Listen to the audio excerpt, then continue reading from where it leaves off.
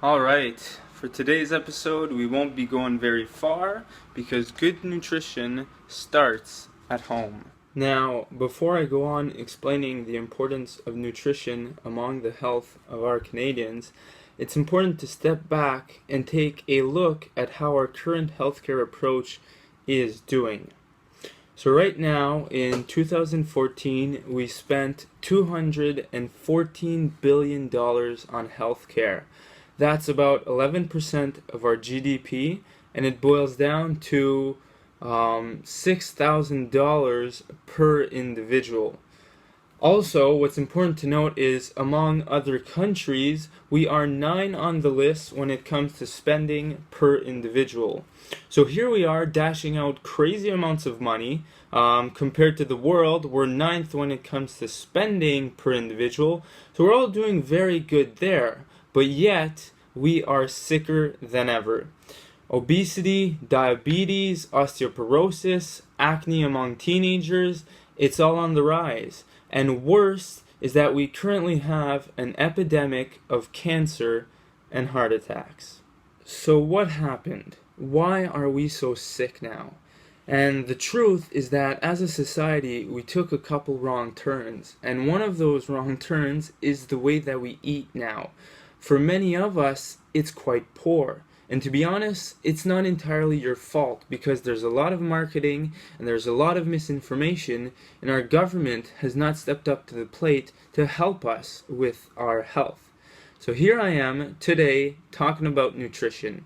Now, when it comes to nutrition, there's no better way to start than with carbs, short for carbohydrates. And currently in our society, we have this incredible fear of carbs. They call it carbophobia, and it's very true.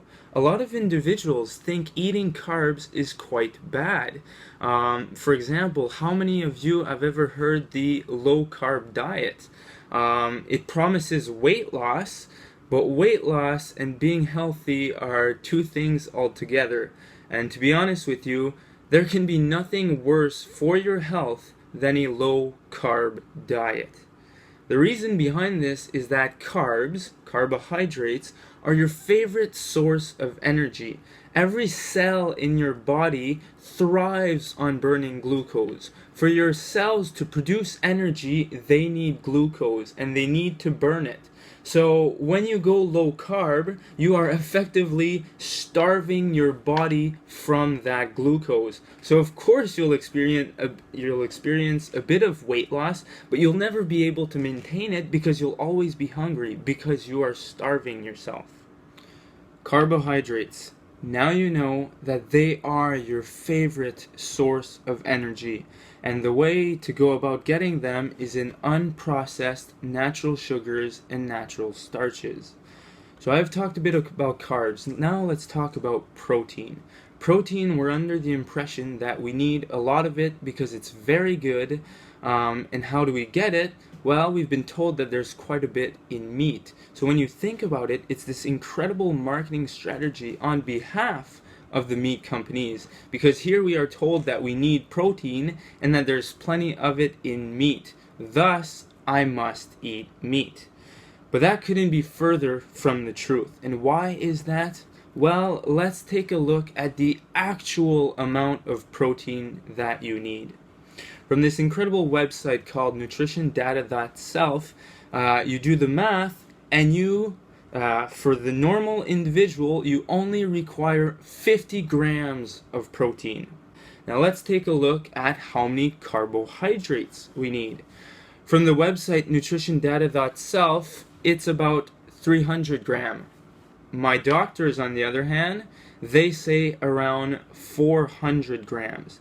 So protein, 50 grams, and carbohydrates 300 to 400 grams. But it makes sense because it's your favorite source of energy. So when it comes to the carbs, when it comes to sugars, eat fruits. Fruits are a lifesaver. Fruits are amazing. They're delicious. When it comes to starches, don't be afraid of foods like potatoes, rice, whole wheat, cereal. These are all excellent forms of starches. So my friends, I leave you on this little carb montage. Surprise!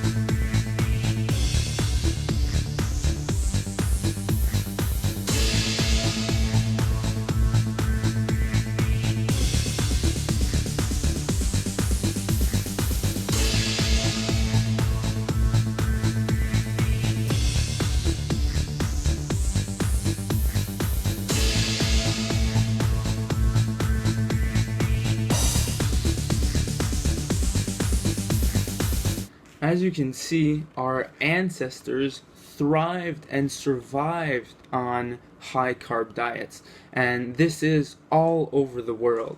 So this brings me to my second point today: plant foods versus animal foods, and I'll try to keep this light and simple. Let's start with plant foods. Plant foods have an incredible nutritional profile. Not only are they your best source of carbohydrates, but they also have plenty of fiber, plenty of minerals, plenty of vitamins. They are a symphony of incredible nutrients.